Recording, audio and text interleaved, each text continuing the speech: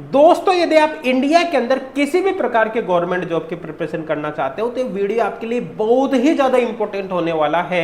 इस वीडियो में काफी डिटेल में हम एक्सप्लेन करेंगे कि इंडिया के अंदर किसी भी प्रकार के गवर्नमेंट जॉब में सीटों का डिस्ट्रीब्यूशन किस प्रकार से होता है। आपको पता है ना कि SC ST OBC है ना, PH category, ex serviceman etcetera अलग अलग कैटेगरी होती है ना। इनमें किस प्रकार से रिजर्वेशन लागू होता है, इस रिजर्वेशन का आपकी जो फाइनल कट ऑफ आती है, मतलब जो रिजल्ट आपका आता है वहां पर क्या इफेक्ट होता है। आपको यह भी पता है कि किसी कैटेगरी के कट ऑफ काफी ज्यादा चली जाती है, किसी कैटेगरी के कट ऑफ बहुत कम रह जाती है, किस प्रकार से बैकलॉग की सीटों का डिस्ट्रीब्यूशन होता है, मतलब बैकलॉग की सीटें बनती है। A to Z इस वीडियो में सब कुछ मैं क्लियर करने वाला हूं।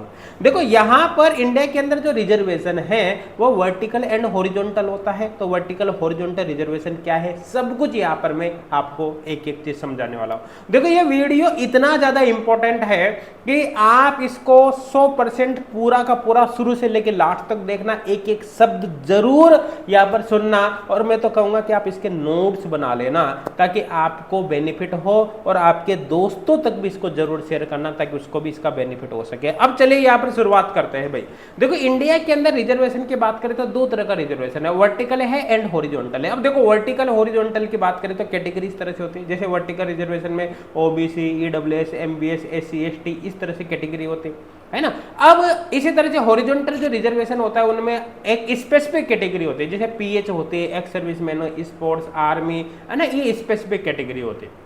अब एक्चुअली होता क्या है, देखो आपने किसी भी गवर्नमेंट जॉब में अगर फॉर्म भरा हो या फिर नहीं भी भरा हो तो आपने सुना होगा है कि कोई OBC कैटेगरी का स्टूडेंट है लेकिन उसके बहुत ही ज्यादा नंबर आ जाते हैं, तो फिर कहते हैं कि उसका सिलेक्शन तो जर्नल से हुआ, इसने तो जर्नल क्वालिफाई कर लिया।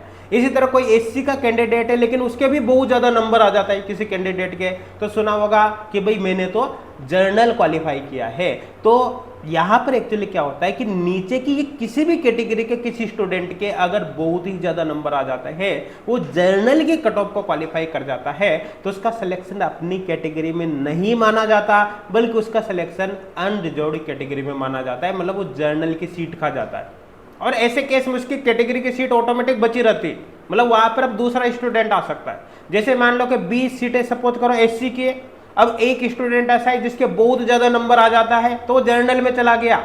अब वो स्टूडेंट चाहे SC का है लेकिन वो जर्नल की सीट खा गया और SC की वापस 20 के 20 सीटें यहाँ पर बची रह गई। कुल मिलाकर अगर किसी भी कैटेगरी की स्टूडेंट के बहुत ज्यादा नंबर आ जाता है तो वो फिर अनरिजर्व्ड में चला जाता है, यहाँ पर स्टूडेंट जंप कर सकते हैं, इसीलिए इसको अपन बोलते हैं वर्टिकल रिजर्वेशन।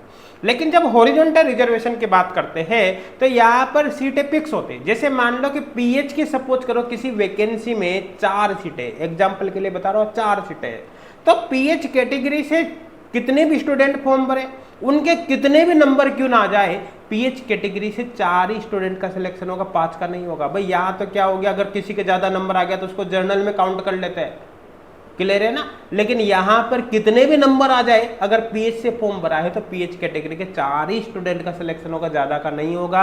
मतलब यहां पर स्टूडेंट जर्नल में नहीं जंप कर सकते, जिस कैटेगरी में वो उसी कैटेगरी में रहेगा, इसलिए इसको बोलते हैं हॉरिजॉन्टल रिजर्वेशन, इसको बोलते हैं वर्टिकल रिजर्वेशन।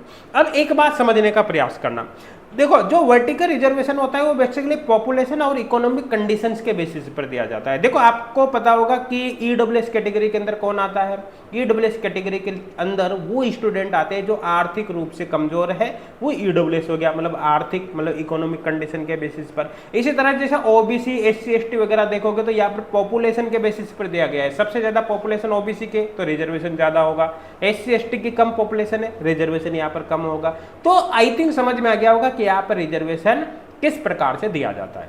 जबकि अगर मैं हॉरिजॉन्टल रिजर्वेशन की बात करूं तो हॉरिजॉन्टल रिजर्वेशन जॉब स्पेसिफिक होता है, कहने का मतलब है किसी जॉब में ये किसी भी प्रकार से वेरी कर सकता है। जैसे समझ लो अगर मान लो कोई आर्मी की वैकेंसी निकले तो आर्मी की वैकेंसी के अंदर PH को कंसिडर नहीं किया जाएगा, आर्मी की वैकेंसी में PH को कंसिडर नहीं किया जाएगा, तो कहने का मतलब वहां पर फिजिकल हैंडीकैप्ड का कोई रिजर्वेशन नहीं रहेगा। लेकिन वही मान लो स्कूल लेक्चर की पोस्ट निकली, first grade, second grade, third grade की पोस्ट निकली है, तो वहां पर पीएच की सीटें अलग से रिजर्व हो जाएगी। तो कुल मिलाकर यहाँ पर फिक्स नहीं होता, ये अलग अलग वैकेंसी में अलग अलग हो सकता है। एक बात और समझना कि जो वर्टिकल रिजर्वेशन होता है इसकी अगर बात करें तो ये अलग अलग स्टेट में अलग अलग हो सकता है। जैसे राजस्थान की बात करें तो SC ST OBC का अलग रिजर्वेशन हो सकता है, MP में अलग हो सकता है, गुजरात में अलग हो सकता है, डिफरेंट स्टेट में अलग हो सकता है, सेंटर की वैकेंसी में अलग हो सकता है, स्टेट की वैकेंसी में अलग हो सकता है। कुल मिलाकर सेंट्रल लेवल की वैकेंसी में भी चेंज होगा, स्टेट लेवल की वैकेंसी में चेंज होगा, स्टेट सेंटर में अलग अलग हो सकता है, अलग अलग स्टेट में भी अलग अलग हो सकता है। ठीक है, और ये तो जॉब पे डिपेंड करता है कि किस पोस्ट के लिए वैकेंसी निकली। आई थिंक मेरे हिसाब से यहाँ पर क्लियर हो गया होगा। बाकी आगे एग्जाम्पल के थ्रू बहुत अच्छे से अपन समझने वाले हैं। अब देखो यहाँ पर टाइप्स ऑफ रिजर्वेशन की बात करें तो फुल फॉर्म दे रखे, आप देख लेना इसको। इसी तरह से आप पीएच कैटेगरी के जो डिफरेंट केस होते हैं उनकी फुल फॉर्म दे रखे, आप देख लेना इसको। अब देखो रिजर्वेशन की मैंने आपको बताया था, जैसे अगर बात करें वर्टिकल रिजर्वेशन तो राजस्थान में आप देख सकते हो कि ओबीसी का 21% रिजर्वेशन है, एससी का 16% है, एसटी का 12% है, ईडब्ल्यूएस का 10% है, एमबीसी का 5% है, और बाकी बची हुई जो सीटें है 36% वो अनरिजर्व्ड कैटेगरी है। अनरिजर्व्ड मतलब इनमें से भी कोई इसमें जा सकता है, मतलब ये रिजर्व्ड नहीं है कुल मिलाकर। लेकिन यही रिजर्वेशन एमपी के अंदर चेंज हो गया, आप देख सकते हो। सेंट्रल की वैकेंसी जैसे एनवीएस, केवीएस, ईएमआरएस की बात करें तो यह रिजर्वेशन यहाँ पर फिर चेंज हो गया। तो कुल मिलाकर समझ में आ गया होगा कि अलग अलग स्टेट में अलग अलग रिजर्वेशन हो सकता है, सेंटर की वैकेंसी में स्टेट से डिफरेंट हो सकता है। आई थिंक अब कोई डाउट आपके नहीं होगा। अब देखो यहाँ पर जो रिजर्वेशन है ये, इसको मैं देखो मैंने आपको बताया कि अलग अलग स्टेट में अलग अलग हो सकता है, सेंट्रल की जॉब में अलग हो सकता है, लेकिन मैं यहां पर एक स्पेसिफिक राजस्थान का एग्जांपल लेकर इसको एक्सप्लेन करने वाला हूं कि सीटों का डिस्ट्रीब्यूशन कैसे होता है, फिर कट ऑफ पर कैसे इफेक्ट पड़ता है, सब कुछ मैं आपको बताऊंगा। स्पेशली राजस्थान का एग्जांपल लेकर बताऊंगा। अब देखो राजस्थान के एग्जांपल के थ्रू मैं एक कॉन्सेप्ट आपको समझा दूंगा, फिर आप जिस भी स्टेट के हो वहां पर देख लेना किसके लिए कितना रिजर्वेशन है, उसके अकॉर्डिंग उसी कॉन्सेप्ट को अप्लाई करोगे तो सब कुछ आपके समझ में आ जाएगा। उसी कॉन्सेप्ट को सेंट्रल की जॉब पर अप्लाई करोगे तो सब कुछ आपके समझ में आ जाएगा। मैं एग्जांपल ले रहा हूं राजस्थान का, अब आप ध्यान से समझना भाई, ठीक है। जैसे राजस्थान की बात करें तो वर्टिकल रिजर्वेशन यहाँ पर इस तरह से डिवाइड किया गया है, आप देख सकते हो। ये सारी बात मैंने भी आपको बताई है, ठीक है। यहाँ पर मैंने आपको ये भी बताया है कि अगर मान लो किसी भी SC ST है ना ओबीसी कैटेगरी के स्टूडेंट के अगर ज्यादा नंबर आते हैं तो कहां पर जंप कर जाता है, अनरिजर्व्ड में। इसीलिए नीचे की कैटेगरी का स्टूडेंट ऊपर चला जाता है यहाँ पर ज्यादा नंबर आने पर, इसीलिए इसको बोला है वर्टिकल, क्योंकि यहाँ पर एक कैटेगरी से दूसरी कैटेगरी में स्टूडेंट शिफ्ट हो रहा है, इसलिए ये वर्टिकल रिजर्वेशन है। अब इसको समझते हैं अपन एक वैकेंसी का एग्जांपल लेकर। देखो आप किसी भी वैकेंसी पर अप्लाई कर सकते हो, कॉन्सेप्ट सब कुछ सेम है। मैं एक एग्जाम्पल ले रहा हूँ स्पेशली, जैसे आरपीएससी फर्स्ट ग्रेड 2022 की वैकेंसी का मैं एग्जाम्पल ले रहा हूँ। आरपीएससी फर्स्ट ग्रेड 2022 में अगर केमिस्ट्री की सीटें देखोगे तो आप 122 है। देखो यहाँ पर आप अलग अलग सब्जेक्ट पर अप्लाई करके देखो, अलग अलग वैकेंसी पर अप्लाई करके देखो, कॉन्सेप्ट सेम है। मैंने एग्जाम्पल के लिए जस्ट एक केमिस्ट्री सब्जेक्ट ले आए, बाकी आप अपना सब्जेक्ट जो भी उसके अकॉर्डिंग इसको अप्लाई करके देखना।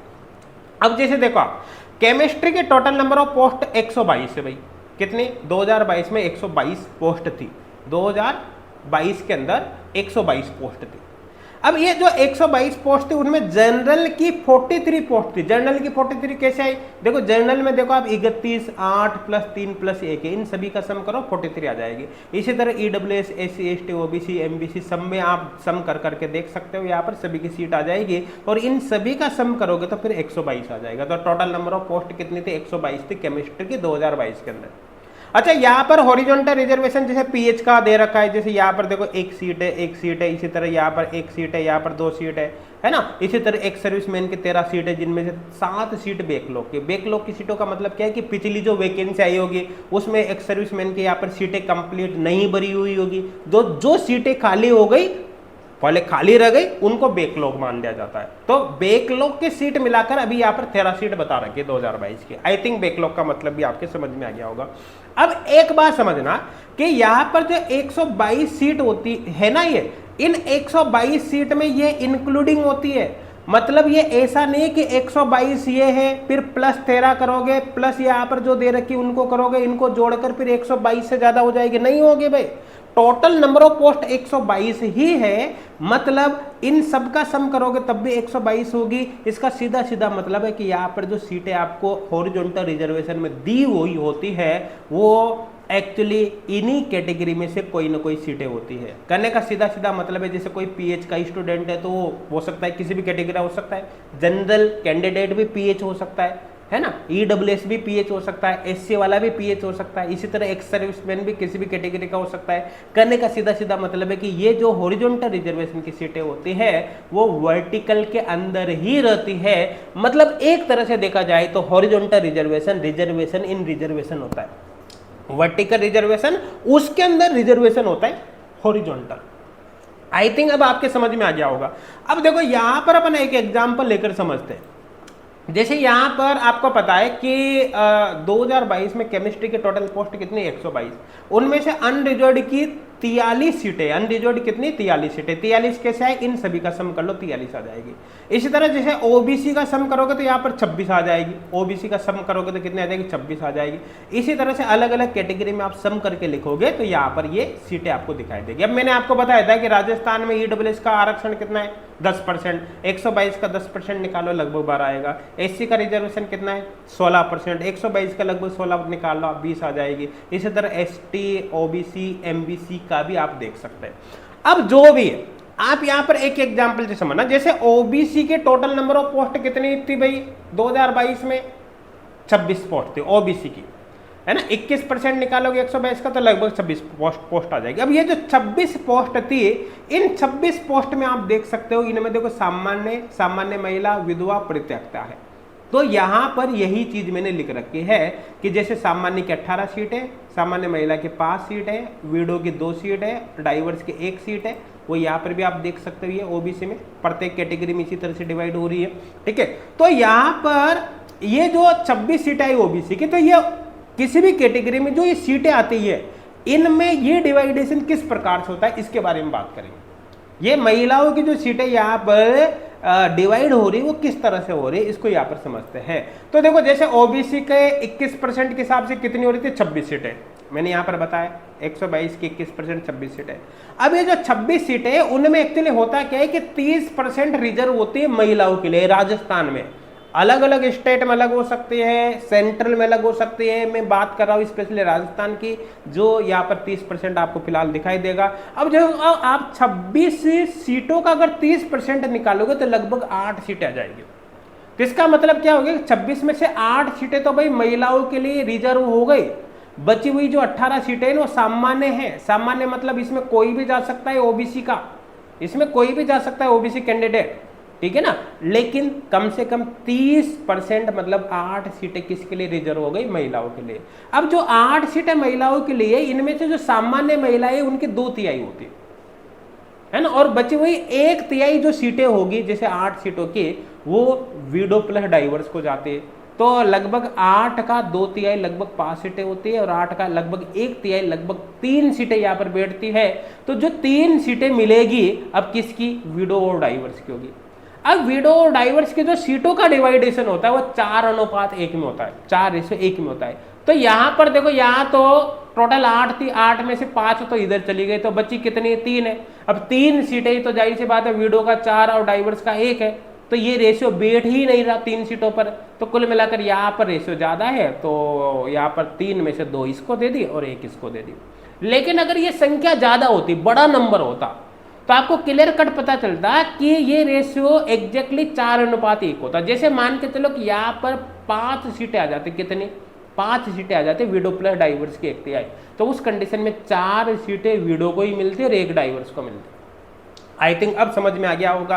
तो कुल मिलाकर ये भी आपको समझ में आ गया होगा कि पर्टिकुलर कैटेगरी में ये सीटें कैसे आती है ना। उसके बाद पर्टिकुलर कैटेगरी में जो महिलाओं की सीटें होती है वो किस तरह से डिवाइड होती है। आई थिंक इसमें कोई डाउट आपके अब यहाँ पर नहीं होगा। अब एक बात समझने की कोशिश करना, क्योंकि अभी फिलहाल अपन वर्टिकल रिजर्वेशन की यहाँ पर बात करें तो इसका मतलब एक्चुअली क्या है। देखो ध्यान देना, मैंने बताया कि अगर किसी भी लोअर कैटेगरी के स्टूडेंट के यहाँ पर ज्यादा नंबर आ जाते हैं, मतलब लोअर मतलब जर्नल के अतिरिक्त अदर कैटेगरी के, तो ऐसे केस में ज्यादा नंबर आने पर उसको जर्नल से क्वालिफाई माना जाता है। जैसे एक एग्जांपल से समझो, मैं एक एससी कैटेगरी के स्टूडेंट की बात कर लेता हूँ। राम एक स्टूडेंट है जो मान लो कि एससी कैटेगरी का स्टूडेंट है और उसके नंबर आ जाते 330। अब जर्नल के कट ऑफ कितने रही भाई? 326.12 है ना, जबकि इसके मार्क्स कितने आ गए? 330। मतलब ये जर्नल के कट ऑफ को क्रॉस कर गया। तो इस राम का जो सिलेक्शन माना जाएगा ना, वो जनरल कैटेगरी से माना जाएगा। अब इसको एससी कैटेगरी से कोई मतलब नहीं, इसको कंसिडर ही जर्नल में से किया जाएगा, है ना। ऐसे समझो इस एग्जाम्पल को, जैसे जनरल कैटेगरी की सीट, जैसे एससी कैटेगरी की सीटें कितनी? 20। एससी कैटेगरी की सीटें कितनी? 20। अब यहां पर समझने का प्रयास करना कि राम का सिलेक्शन तो एससी से हुआ ही नहीं, राम का सिलेक्शन तो जर्नल से हुआ है। तो इसका मतलब राम अब जर्नल कैटेगरी में चला गया, वो जर्नल की सीट खा जाएगा। अब एससी की वापस 20 के 20 सीटें बची रहेगी, जिस पर दूसरे स्टूडेंट आ जाएंगे। मतलब राम को जर्नल से कोई मतलब ही नहीं रहा।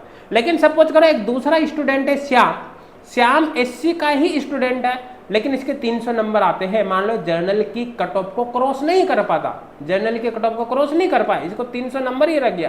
तो ऐसे केस में इसका सिलेक्शन अब एससी से ही माना जाएगा। ऐसी कंडीशन में अब एससी की सीट को ही खाएगा, इसको जर्नल की सीट से कोई मतलब नहीं। अब देखो एससी की टोटल सीट अभी 20 बताई मैंने, तो कुल मिलाकर ये 20 में से एक सीट किसकी हो गई? श्याम की हो गई। अब केवल 19 बचेगी। लेकिन राम भी एससी का था, लेकिन सिलेक्शन जर्नल का हुआ, जर्नल से। इसका मतलब राम ने जर्नल की सीट खाई है, इसको एससी की सीटों से कोई लेना देना नहीं है। तो सीधी सीधी बात यहाँ पर यह है, अगर किसी भी कैटेगरी के स्टूडेंट के अगर ज्यादा मार्क्स आ जाता है, वो जर्नल की कट ऑफ को क्रॉस कर जाता है, तो उसका सिलेक्शन जर्नल से माना जाता है, वो जर्नल की सीट को कम कर देता है। लेकिन एक बात समझना, कोई मान लो इनमें से किसी भी कैटेगरी का स्टूडेंट है और वो किसी प्रकार की छूट प्राप्त कर लेता है, छूट ले लेता है। जैसे मान लो उसने एज रिलैक्सेशन ले लिया। सपोज करो कि मैक्सिमम एज लिमिट अब मान लो 40 साल है, लेकिन उसकी एज यहाँ पर 45 साल हो रही है, उसने एक तरह से एज रिलैक्सेशन ले रखा है। तो ऐसे केस में फिर उसके चाहे कितना भी नंबर आ जाए, चाहे वो जर्नल के कट ऑफ को क्वालिफाई क्यों नहीं कर जाए, चाहे उसके फर्स्ट रैंक ही क्यों ना आ जाए, उसका सिलेक्शन अब एससी कैटेगरी से ही माना जाएगा, अब जर्नल से नहीं माना जाएगा। तो एक बात समझना, अगर कोई इनमें से किसी भी कैटेगरी का स्टूडेंट है और उसने किसी भी प्रकार की छूट नहीं ली, एज रिलैक्सेशन वगैरह किसी भी प्रकार की, तो उसके फिर ज्यादा नंबर आ जाता है तो जर्नल की सीट खाएगा, और कम नंबर आ जाता है तो अपनी कैटेगरी की सीट खाएगा। लेकिन अगर उसने किसी भी प्रकार का रिलैक्सेशन ले लिया, तो फिर वो चाहे कितने भी नंबर ले आए, उसका सिलेक्शन उसी कैटेगरी से माना जाएगा जिससे उसने फॉर्म भरा है, उसको जर्नल की सीटों से कोई लेना देना नहीं है। आई थिंक बहुत अच्छे से बात अब आपकी क्लियर हो गई होगी। अब आगे चलते हैं भाई, ये वर्टिकल रिजर्वेशन आपकी क्लियर हो गया होगा, मेरे हिसाब से कोई डाउट इसमें नहीं होगा। अब अपन यहाँ पर हॉरिजॉन्टल रिजर्वेशन की बात कर लेते हैं कि हॉरिजॉन्टल रिजर्वेशन किस तरह से काम करेगा। देखो हॉरिजॉन्टल रिजर्वेशन में क्या होता है, स्पेसिफिक कैटेगरी होती है ना, जैसे physical handicaps, ex serviceman, military seat हो गई, स्पोर्ट्स का हो गया, अदर सीटें हो गई, है ना। तो हॉरिजॉन्टल रिजर्वेशन की जब बात करते हैं, तो हॉरिजॉन्टल रिजर्वेशन में क्या होता है कि सबसे पहले बता दो, ये चीजें अलग अलग वैकेंसी में अलग अलग हो सकती है। किसी वैकेंसी में हो सकता है, जैसे मान लो मैंने आर्मी का एग्जांपल लिया, आर्मी में जैसे आपको पीएच की सीट ही नहीं मिलेगी, पुलिस कांस्टेबल की वैकेंसी निकली, वहां पर आपको पीएच की सीट नहीं मिलेगी। मतलब ये एक ही स्टेट में अलग अलग जॉब के लिए वेरी कर सकती है। ये वैकेंसी के नेचर पे डिपेंड करता है कि यहाँ पर कितना रिजर्वेशन दिया जाता है। मेरे हिसाब से समझ में आ गया होगा, इनकी चीजें फिक्स नहीं होती, ठीक है। अब एक बात समझना, देखो हॉरिजॉन्टल रिजर्वेशन में एक्चुअली होता क्या है, जैसे मान लो किसी वैकेंसी में पीएच की 4% सीटें, आप तो मान लो कि 4 सीटें पीएच की, तो अब पीएच कैटेगरी से जितने भी स्टूडेंट फॉर्म भरे, उनके चाहे कितने भी नंबर आ जाए, कितने भी नंबर आ जाए, अगर उन्होंने पीएच कैटेगरी से फॉर्म भरा है और पीएच की 4 सीटें हैं, तो 4 ही स्टूडेंट का सिलेक्शन होगा, 4 से ज्यादा स्टूडेंट का यहाँ पर सिलेक्शन पॉसिबल नहीं है। आई थिंक क्लियर हो गया होगा, कोई डाउट यहाँ पर नहीं होगा।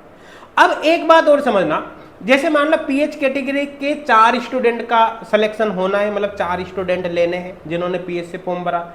अब मान के चलो ये जो 4 स्टूडेंट है ले देकर, ये कहीं ना कहीं किसी न किसी कैटेगरी के तो होंगे, ये पीएच वाले भी किसी न किसी कैटेगरी के होंगे, जैसे ये ओबीसी का हो सकता है, एससी का हो सकता है, एसटी का हो सकता है, जनरल का हो सकता है, इसी तरह एक्स सर्विसमैन भी किसी भी कैटेगरी का हो सकता है। अब समझना, यहाँ पर मान लो कि 4 स्टूडेंट का सिलेक्शन लेना है पीएच में से। अब 4 में से एक स्टूडेंट ऐसा है जो पीएच कैटेगरी से तो फॉर्म भरा है, लेकिन वो जनरल का कैंडिडेट है, तो वो जो स्टूडेंट है जो सेलेक्ट होगा उसका सिलेक्शन वो जनरल की सीट को कम कर देगा। समझना, फिर ध्यान से देखना। जैसे मान लो पीएच कैटेगरी के 4 स्टूडेंट का सिलेक्शन लेना है, 4 में से एक स्टूडेंट जनरल कैटेगरी का है, तो वो स्टूडेंट जनरल की सीट को खाएगा, चाहे उसके कितने भी नंबर आए। अगर उसने पीएच से एग्जाम क्वालिफाई कर लिया, पीएच कैटेगरी के कट ऑफ को क्रॉस कर लिया, तो सीट जनरल की खाएगा, अगर वो जनरल कैटेगरी का है तो। अगर पीएच कैटेगरी में आने वाला कोई स्टूडेंट सपोज करो ओबीसी कैटेगरी से बिलोंग करता है, तो वो ओबीसी की सीट खाएगा, एससी से बिलोंग करता है तो एससी की सीट खाएगा। इसका सीधा सीधा मतलब है कि पीएच कैटेगरी से किसी भी स्टूडेंट का मान लो सिलेक्शन हुआ है, तो वह उसी कैटेगरी की सीट खाएगा जिस कैटेगरी का वो स्टूडेंट है, ये मान लो। क्योंकि मैंने शुरू में ही बताया था कि हॉरिजॉन्टल रिजर्वेशन, रिजर्वेशन इन रिजर्वेशन होता है, वर्टिकल जो रिजर्वेशन होता है उसी में हॉरिजॉन्टल आ जाता है। कुल मिलाकर अब आपके समझ में आ गया होगा। जैसे मान लो कोई स्टूडेंट एक सर्विसमैन है, अब एक सर्विसमैन का मान लो 5 स्टूडेंट लेने हैं, अब वो मान लो ओबीसी का स्टूडेंट है, लेकिन फॉर्म उसने एक सर्विसमैन से भरा है, तो कुल मिलाकर ओबीसी की सीट का जाएगा। वो मान लो अनरिजर्व्ड कैटेगरी से है, लेकिन फॉर्म भरा है एक्स सर्विसमैन से, तो अनरिजर्व्ड की सीट का जाएगा। मेरे हिसाब से हॉरिजॉन्टल रिजर्वेशन भी आपके समझ में आ गया होगा। यहाँ पर सिलेक्शन जिस कैटेगरी का स्टूडेंट है उसी कैटेगरी से होता है, चाहे इनके कितने भी नंबर आ जाए, ये जंप करके जनरल में नहीं जा सकते। जिस कैटेगरी से फॉर्म भरा है उसी में रहेगा, जनरल से भरा है तो जनरल में रहेगा, ओबीसी से भरा है तो ओबीसी में रहेगा। अब मेरे हिसाब से कोई डाउट यहाँ पर आपके नहीं होगा। क्लियर है? अब दोस्तों एक बात बता दें, अगर आप स्पेशली केमिस्ट्री के स्टूडेंट है तो एच गुड क्लासेज एप्लीकेशन पर आपको केमिस्ट्री के फ्री ऑनलाइन कोर्स मिल जाएगा। आपको सीएसआर नेट और गेट का फ्री ऑनलाइन कोर्स मिल जाएगा जिसमें 1000 प्लस वीडियो लेक्चर है ना। इसी तरह फर्स्ट ग्रेड का फ्री ऑनलाइन कोर्स मिल जाएगा जिसमें 600 प्लस वीडियो लेक्चर है, 650 प्लस वीडियो लेक्चर है। और इस फर्स्ट ग्रेड के फ्री ऑनलाइन कोर्स के थ्रू आप RPC, UP, MP, KVS, NVS, D triple है ना, ईएमआरए, झारखंड, छत्तीसगढ़, जो अदर अलग अलग स्टेट के फर्स्ट ग्रेड के एग्जाम है उन सभी के प्रिपरेशन आप कर सकते हो। ध्यान देना, स्पेशली केमिस्ट्री के फ्री ऑनलाइन कोर्स है। अगर आपने H good classes application download नहीं किया है तो अभी एच गुड क्लासेज एप्लीकेशन को डाउनलोड करें, लिंक आपको डिस्क्रिप्शन में मिल जाएगा। अब ये तो हो गया फ्री ऑनलाइन कोर्स, काफी पावरफुल फ्री ऑनलाइन कोर्स है। आप पेड कोर्स ज्वाइन करो या नहीं करो, फ्री ऑनलाइन कोर्स आपको जरूर ज्वाइन कर लेना है, उसके थ्रू अपनी प्रिपरेशन स्टार्ट कर देना है। हाँ, अगर आप पेड कोर्स ज्वाइन करना चाहते हो, मान लो आपने फ्री कर लिया लेकिन बाद में आपको लगता है नहीं भाई पेड ज्वाइन कर लेते हैं, तो पेड ऑनलाइन कोर्स ज्वाइन करने से पहले आप उसका फ्री डेमो ले सकते हैं, है ना। ये हमारे हेल्पलाइन नंबर है, व्हाट्सएप भी इस पे कर सकते हो, कॉल भी कर सकते हैं, है ना। फ्री डेमो आप ज्वाइन करके देख सकते हो कि पेड कोर्स में कैसा कंटेंट है। और पेड कोर्स की बात करें तो एच गुड क्लासेज एप्लीकेशन पे सीएसआर नेट, जून दिसंबर, गेट और फर्स्ट ग्रेड में देख सकते हो RPC, D triple, KVS, UP, MP, NVS, Jharkhand, EMRA, Chhattisgarh, इन सभी के ऑनलाइन कोर्स है। कॉम्बो कोर्स भी, कॉम्बो कोर्स में क्या होता है, video lecture, question bank, online test series, सब कुछ मिलता है किसमें, कॉम्बो में, ठीक है। लेकिन आप इनको इंडिविजुअल अलग अलग भी ज्वाइन कर सकते हो आप अपनी सुविधा के अनुसार, लेकिन कॉम्बो ज्वाइन करोगे तो सब कुछ मिलेगा। देखो आपको फिर बता रहा हूं, पेड कोर्स आप ज्वाइन करो या ना करो कोई दिक्कत नहीं, फ्री कोर्स ज्वाइन करके अपने प्रिपरेशन को कर सकते हो। लेकिन ध्यान देना, पेड कोर्स की प्राइस भी एच गुड क्लासेज एप्लीकेशन पे बहुत ही कम हमने रखी है। तो अगर आप छोटी सी अमाउंट पे कर सकते हो, थोड़ा सा अगर आप यहाँ पर पैसा खर्च कर सकते हो, तो ऐसे केस में आप फ्री की जगह पेड पर भी जा सकते हो। पेड कोर्स ज्वाइन करोगे तो इसके अंदर आपको question bank, online test series, video lectures वगैरह सब कुछ मिल जाता है। फिर आपको आपके सिलेक्शन के लिए जो कुछ चाहिए वो पेड कोर्स में मिलेगा, आपको अलग से कुछ भी करने की जरूरत नहीं है। एच गुड क्लासेज एप्लीकेशन को अभी डाउनलोड करें। एच गुड क्लासेज एप्लीकेशन को डाउनलोड करने का लिंक आपको डिस्क्रिप्शन में मिल जाएगा।